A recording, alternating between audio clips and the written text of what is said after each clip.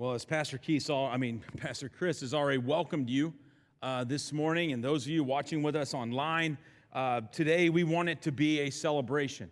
And if you've been around VNC very long, you know that once a year we do this rewind, fast forward service where we kind of talk about everything that's happened in the previous year and also kind of touch on a little bit about what's coming in the coming year. And we wanted to make it more of a party feel, a celebration. And so the balloons and donuts were out there. Did everybody get the donut holes? Everybody got sugar bullets ready? Good.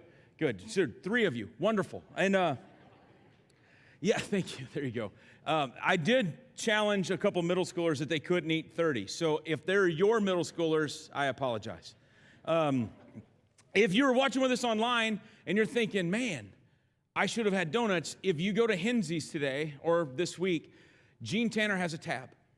Just charge all you want, and he said he didn't care. So there you go. Make sure you get some donuts on Gene. Rewind Fast Forward has, like we said, a little bit of a celebration feel to it. So we want you to be actively participating with us. If you hear something you like, then we need you to cheer. Okay? It's that. And I don't want to mock first service, but there was a lot of golf claps. And, you know, do I look like a golf guy? I mean, come on now. We got donut holes out there. Yeah, there you go. That's the spirit. Okay, so before we go any further into this, so I need you, if this is you, if in any capacity at all, you serve VNC. If you are you volunteer in our youth or children, or you're a youth soccer coach or first impression team or in the creative arts department, or maybe you volunteer on the online campus or pantry, the dry pantry, or you're here on Thursdays doing painting and electrical and whatever that may be, if you teach a class or you lead a life group, any ministry at all at VNC, do me a huge favor. Will you just stand up, please? Will you just stand up? Come on. Move quickly. There you go. Yeah. Wonderful. Thank you so much. We love our volunteers, and thank you for what you do and why you do it. And we're going to talk a little bit more about volunteering in just a minute. But also, we just need to kind of hit briefly and we'll kind of keep moving this morning. There were some highlights of this year, and we're going to get into more. But some of the highlights that just maybe are not going to reflect in some stats for us today is that, you've heard us talk about, we have just celebrated the 1 year of our Celebrate Recovery. And the amount of lives, yes. I feel like every time we say the word Celebrate Recovery, they just started another campus somewhere. And so what they are doing and expanding is absolutely amazing.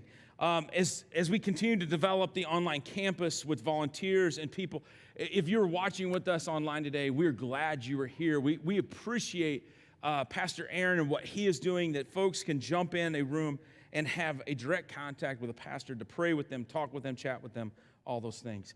Hopefully you've noticed in the last 12 months as you arrived that there is a remodel that has happened in our lobby. Just the whole feel of our lobby and the digital sign-in and the walls and the signage, but also the exterior signs that were donated this year, plus the VNC shop in the lobby. And I mean, there's some really amazing things that have happened through people in this congregation that have stepped up in very real ways. And one of my favorites is we because some of you can't park, we striped the parking lot and redid that, and it was wonderful to have that. And what happens in children's ministry and the youth ministry, and one of the things I want to make sure you highlight, the Fam Jam and fusion events and all of the different things that our students are involved in, from retreats and camps and mission trips, all these things. When Ashley and I got married, her mom is a retired educator. She was from directing preschools to a college professor, and Ashley followed suit into education. And one of the things that would just light Ashley up to where she would want to just throat punch somebody is when they talked about children or youth ministry, and they'd say, we need somebody to watch the kids. If you said that, she would bare knuckle hit you And because we don't watch kids at VNC, I can promise you, it's not about a daycare service. It is about us molding and shaping and teaching and spending time with your children and our students and to help them take the next step in their spiritual journey. And so all of the volunteers, yeah, that's cool. And so one of the things that we talked about in this is we want our youth and children's ministries to be a place where students can come and will develop and evolve in their faith, and that's what we want to do. We'll get into some of what happens with our adults in the second half later on, but as we move into this, it's kind of the litmus test for us, and anything and saying yes to doing anything here, it always gets laid up against the mission of who we are. And that's helping people become fully devoted followers of Jesus Christ. That we want that to be who we are. That we believe it's a mandate from God that he sent through his son, that we want to help people become fully devoted followers of Jesus. Matthew 16:24 says, and Jesus says to his disciples, whoever wants to be my disciple must deny themselves and take up their cross and follow me. That we believe that that is the main thing of what we are supposed to do. That everything we do is about this. And if something we're doing that doesn't lead us to helping you become a fully devoted follower of Jesus, then we need to stop doing it. And that's why we put it there. The vision of this is to meet people exactly where they are and help them navigate the next steps in their spiritual journey. That we believe everybody that's in this room today, there may be somebody, this is your very first Sunday, and you're thinking, this is a cult. Yeah, amen. That was the wrong place. That you may be thinking that this is a cult. You know what? The world. What is going on? But this is a place that we believe that you are safe to come in here and ask questions and figure it out. We also believe for those of you that have been in church your whole life, you were born and raised into it. You have gone to VBS. You have gone to books. You know it all. You've been a part of it. That we believe anytime we gather, we have those that are brand new and those that are salty veterans. And we love that. Because that is the essence and the beauty of who we are as a church. That the hopeful become walkers, our walkers become runners, and our runners become soars. So wherever you're at on that spectrum, our job is when we help you become a fully devoted follower of Jesus Christ, that we are helping you take the next step. You're helping you take the next step. Whatever that step may be, we want to help you take the next one. Isaiah 40:31, which is my favorite verse in the Bible, it says, those who hope in the Lord will renew their strength. They will soar on wings like eagles. They will run and not grow weary, and they will walk and not be faint. And that is the essence of our vision.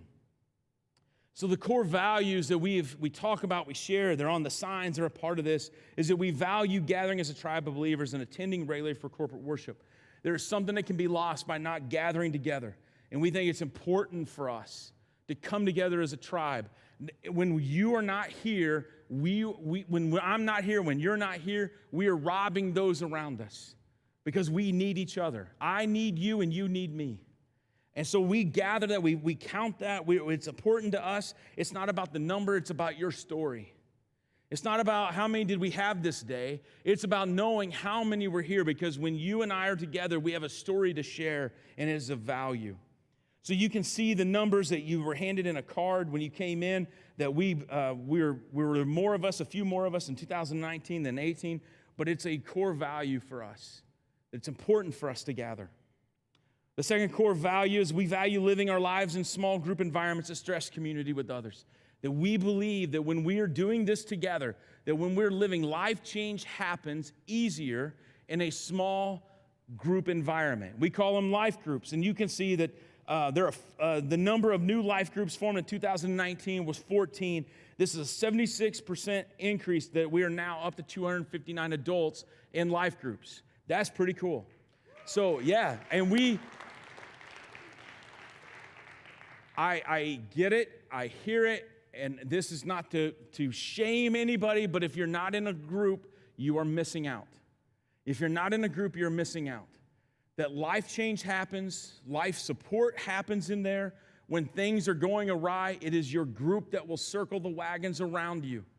It is your group that will circle the wagons around you and help you get through. So if you're not in a group, make sure when you see the next big push that's coming, or make sure you talk to Pastor Chris and to be a part of this. And also, let me just share this. What's happening in our children's ministry and our youth ministries today, if you were to go up there and take a sneak peek, life groups are being modeled at that age and that point for them. Everything happens in the small group. We're beginning to shape them and prepare them that when they reach this age, that they will be integrated into these groups because that's how much we believe in them.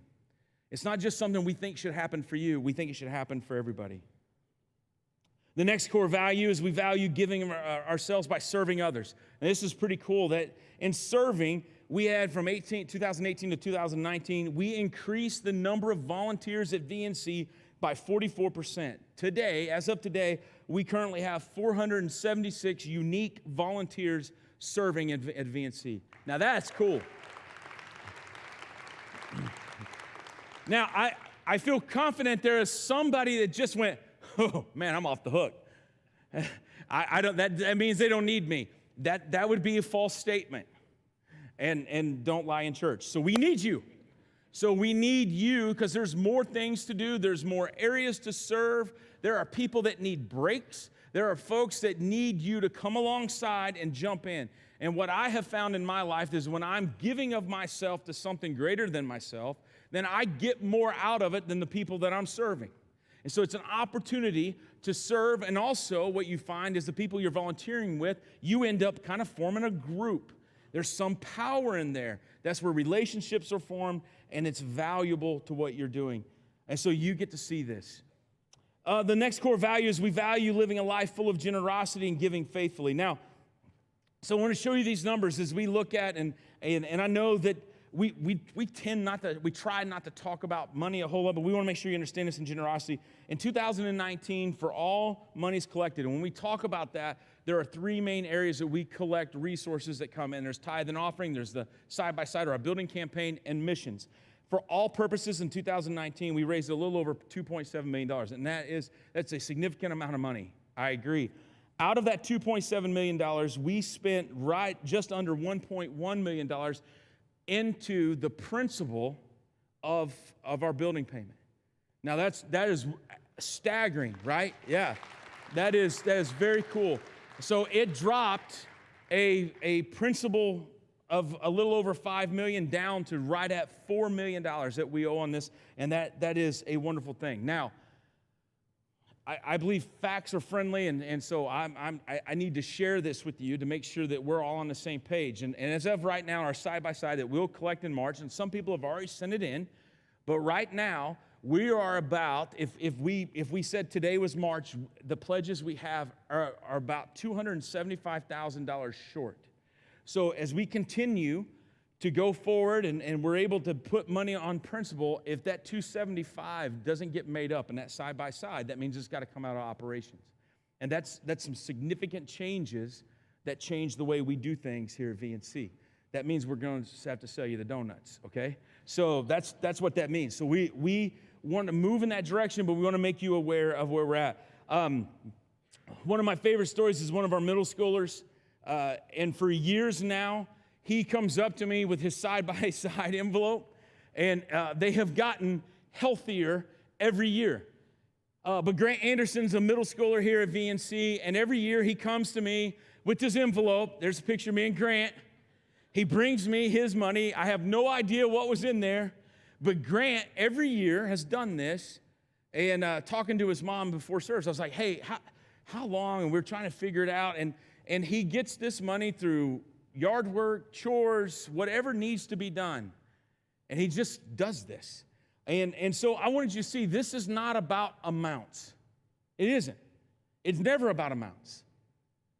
It's about obedience. And when we get asked to do something, when you feel that nudging, that we've got to respond in that generosity. And so I wanted to celebrate Grant.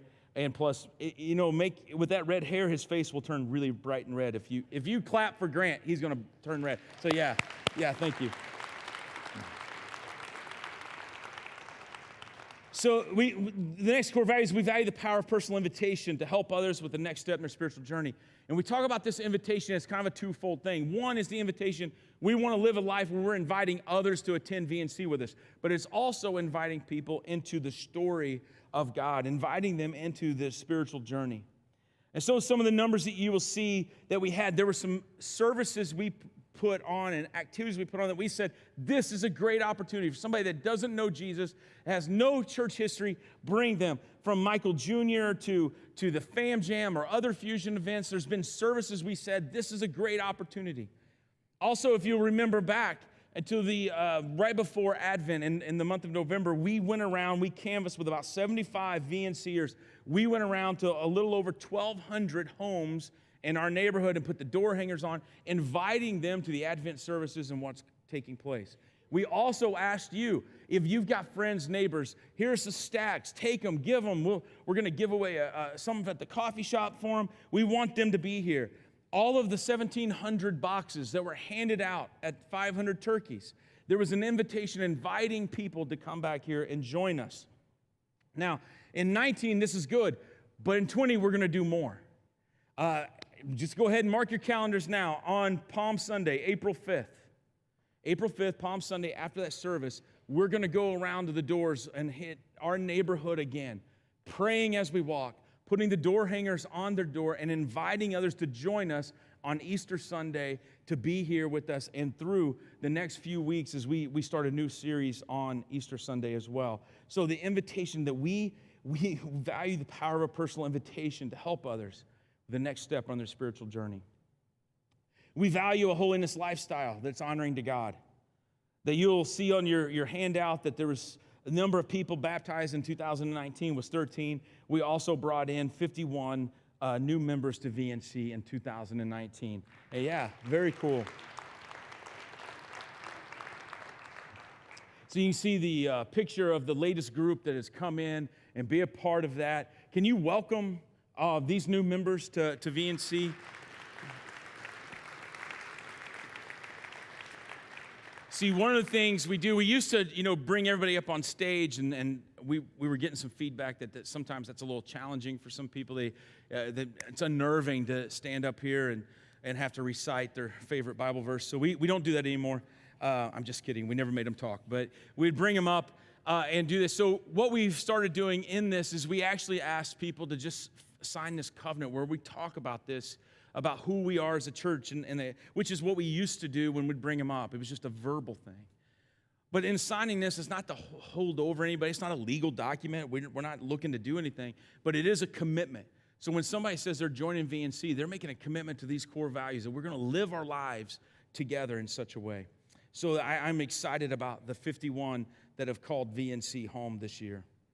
Also, hopefully you've on the apps that have been downloaded since August when the new VNC app was displayed. You'll see up there on the slide. That is 366 of you have downloaded the app and are engaged in what's happening through the application. If you have not downloaded it yet, I strongly encourage you to download that app and to make sure that you're following along and what is happening in the life of VNC. That it is important for us to engage there and be a part of that. So as we look at 2019, that was pretty cool. There were some neat things that happened. We celebrate what happened in 2019, but I got to tell you that was a great year. It was a great year, and I'm thrilled, but I'm really ready for 2020. I'm ready for us to move into what does that next time, this next space for us really look like? What's in store for us in 2020? A few years ago, we talked about what it means to live this life of invitation. And to be honestly, as a staff, we kind of talked and we prayed about what does 2020 look like for VNC? And what we came away with is that we want to really focus on that core value and coming into the future is to live a life of invitation. That you and I cultivate our compelling story. That you have a story of what God has done in your life that cannot be, it's as unique, it's to you, and you own it. It's yours, and nobody can tell your story better than you. You have it. What God has done in your life, you are able to share in such a way that no matter how good of a storyteller somebody may be, they cannot tell your story as good as you do. That when we share our story, we share it with others, that it creates a gateway to invite others into the story. I believe that we got a pretty unique place here at VNC. I believe we got a pretty unique place that we call church. You know, if we start really looking around and being honest, there's some people in this room that it's pretty messed up. We don't have signs out front that say get it all together and then walk in. We don't care about how pretty you are or how much money you have or what car you drive or what job you have. We don't care about any of that. Not a moment or a drop. What we care about is you. And we think that's what makes it unique here. That everybody's welcome. It's a safe place to come, explore, ask questions. Maybe even get mad every once in a while. Aggravated. Want to kick the curb, figure it out. We think more the crazier the better. Let's do this together. And what was really driving me and what's been laid on my heart the last few months is you know, we try to plan about 6 months out, and we write some stuff down, then we kind of put it to bed, and then we come back and we deal with it a little bit, and we come back, and then as we get closer, you really zero in. And there's a passage in 1 Samuel, it's a part of a story that really resonated with me that I thought, this is it. This is what I want to be. This is what I want VNC to really look like. This is what I'm hoping that when we talk about Valparaiso and the 219 area code, the people in our area that we say are our neighbors, that we say that people we work with and live with and go to school with and all those things, that they kind of fall into that area, that when I read this section in 1 Samuel, I said, that's it. That's the place. And to really grab it, we gotta look at a little bit of the history that leads to it. And it's a story of David. And if you've been around church at all, you know the stories of David are legendary. There's all kinds of things that we could talk about with David, but I want to talk about a very unique space and place and time. And to understand that, you got to know what's going on with David. And David was this young shepherd boy that was just taking care of sheep, probably late middle school to early high school. And his brothers have gone off to war, and it's Israel against the Philistines, and the Philistines have this undefeated giant, and he was a massive human being. He had never lost, he had never even been close, and he's standing in the middle of the two, and he's shouting out these curses on God and all of Israel. And the soldiers, frankly, were petrified, and David, this young shepherd boy, was taking some food to his brothers, and he hears it and goes, you can't be talking about God like this. And he was so young, so little, so weak that he couldn't even put the armor on. He couldn't even carry the sword or the spear. So he goes out there as a shepherd would with just his sling, and he picks up some rocks. He ends up killing the giant. And now it's like, what do we do now? And the Philistines are starting to flee, and Israel is excited, and they begin singing songs about David. Now, the king, his name was Saul, and Saul was really okay because the giant was dead, but he was a little bothered by the fact that this young kid is now taking all the glory. So we see this story comes up that we know that through Scripture that at least 6 different times Saul tried to have David executed. He tried to kill him, to get rid of him because he was stealing and hogging the glory. Before we read the verse, Saul is trying to figure some things out with him, and David begins to leave. So he goes to his wife. Saul's given him his wife, his daughter, to be his wife, and she says, David, you got to go. And he goes to his best friend, who happens to be Jonathan, who is Saul's son, and his best friend says, David, you got to run. Dad's going to kill you. And he heads off and he goes to the priest and Nob, and he goes there, and for whatever reason, we don't know why, we just, for whatever reason, as the priests begin to ask him questions, David begins to lie. He just starts making one lie up after another. And what we can kind of summarize out of this, because you and I have been there. We've been to David in this part of the story. See, when fear and anxiety riddle us, when fear and anxiety riddle us, they cause us to do irrational things. And we got to cover things up. And David, if he had just been truthful, I believe the priest probably would have helped him, but he was not. He just started lying, and they had no reason not to believe him. This was David. He killed Goliath. There were songs sung about him. When they danced, they talked about David. They did these things, so he was a hero. He was a national hero. So if he says what he said, then it must be true. But he lied. He lied all the way through it. And David's at this point that he can't go to his church, basically. He can't go home, because if he goes all the way back to his father, I'm sure Saul the king had men looking at the family ranch, waiting for the boy to come home. He couldn't go back to the palace. Saul lived there. He couldn't go back to his best friend. Saul would have been there. He couldn't go to church. And so then he does the next, what seems to be crazy. He goes to his enemies. He goes to Gath. Now, Gath was the home of Goliath, who he had just killed. As it turns out, if a country has a champion, a well-known champion whom everyone loves and has never been defeated, and he chanted boastfully for your country, and if you are the pipsqueak that cuts his head off, people know who you are. If you kill the giant, then people know that's David. I mean, what was going through David's mind that he thought that if I go to my enemy, maybe we will have a shared enemy in Saul, that we could kind of come together. I know I'm going to need you to forgive me for killing your champion. I know that was a big deal. But if you and I could unite, we could maybe get rid of Saul together. So we're going to read 1 Samuel 21, 10 through 15. And this is what it says. That day, David fled from Saul and went to Achish, king of Gath. But the servants of Achish said to him, "Isn't this David, the king of the land?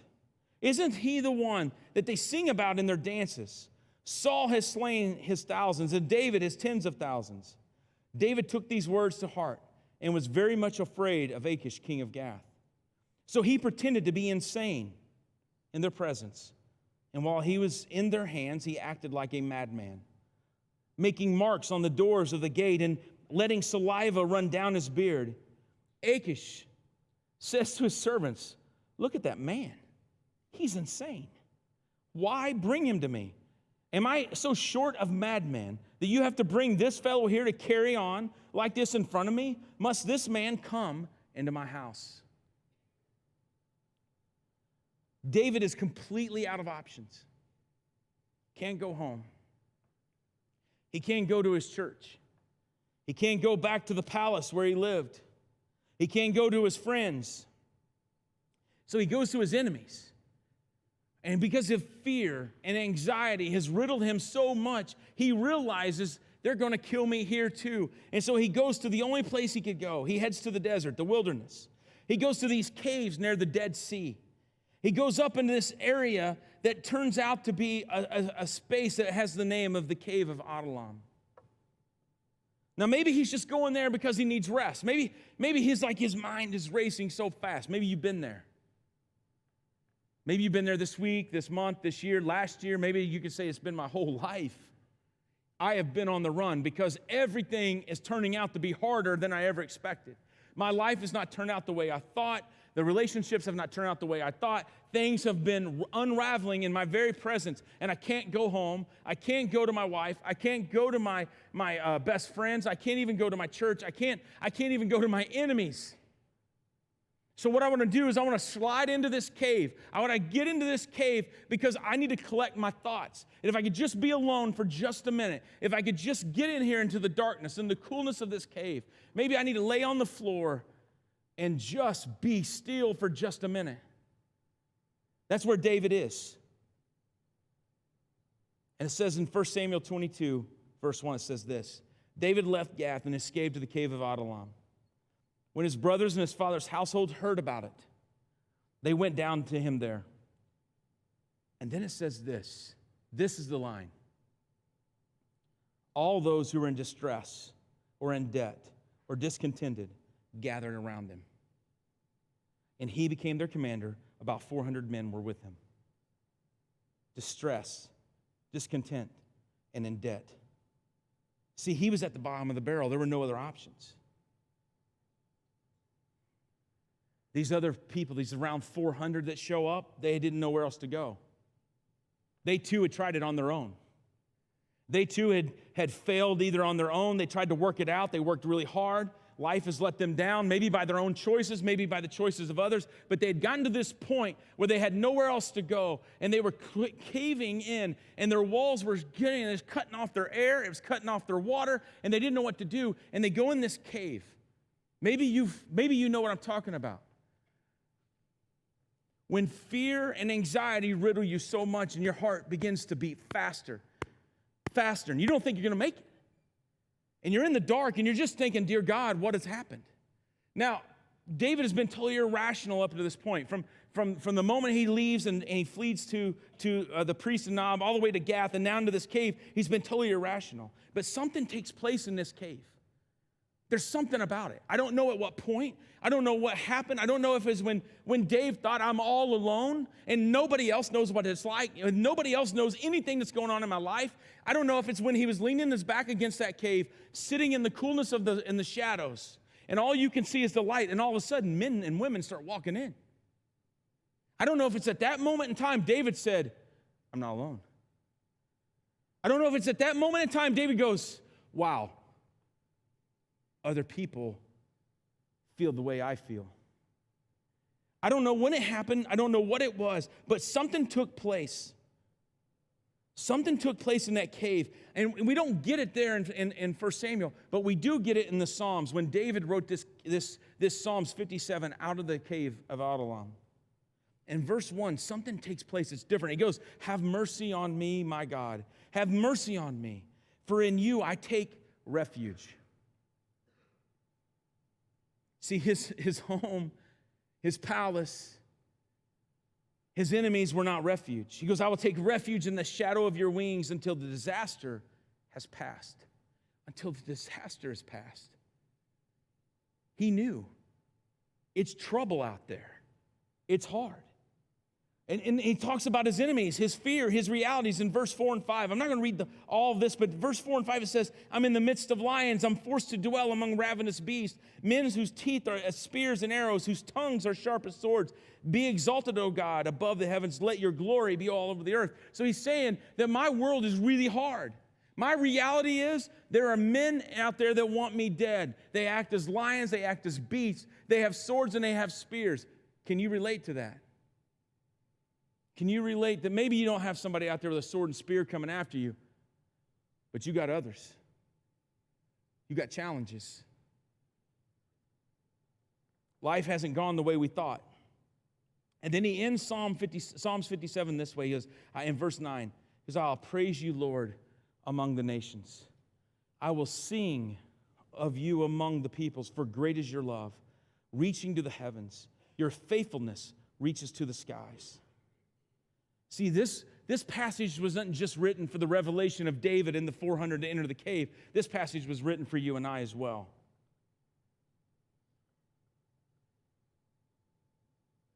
That we need a refuge. The 219, the Veil of Paradise, needs a refuge. That the world seems too great, that work is too much, that you feel like your family is over, relationships are damaged.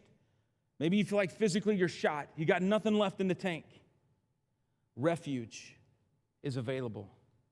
See, when I say that we are unique, I believe that VNC can become like the cave of Adullam, a refuge for the brokenhearted, the hurting, those in debt, discontented from life. So what if? What if in 2020 as a people we make a commitment that we're going to love people really, really well? We're going to invite them into our stories. We're going to invite them into our lives. We're going to invite them into a relationship with Jesus. See, I know that this week was a really wild week around here. It was a wild week around here. We know that there's some of you that went to doctor's appointments. We got the prayer request. You found out you had cancer. Or you found out it wasn't healed the way you thought it was. We found out, we got requests this week where people were giving birth, and we got requests this week where people had lost people. We know that a former family that attended VNC that relocated because of jobs, they lost their 13-year-old child this week. We know that's not supposed to happen. We know that our youth pastor, Mike Denny, his wife lost her father this week. We know that life is hard. We know it's scary. We know it's unfair. My life group yesterday, we were reading this book that R.W. McManus wrote, and it talks about being the something warrior. I don't remember the name now. But there's a passage in there that Jesus said to his disciples. He said, you can have peace because don't be troubled by the troubles that the world has for you. Kind of like the disasters that David's talking about. David called them disasters. Jesus called them troubles. We can call them whatever we want, chaos, trouble, disaster, whatever you want to call it. But in that passage, when Jesus says that to his disciples, the thing that I wrote in the margin of my book that has just rattled with me the last few days is that you and I can have peace in the midst of the trouble. That if you're in here with us today, you have a semblance of hope about tomorrow. That there's a whole community in the 219 in Valparaiso that they woke up today, they went and had their favorite breakfast, and they're sitting on their couch right now, hopeless. Hopeless.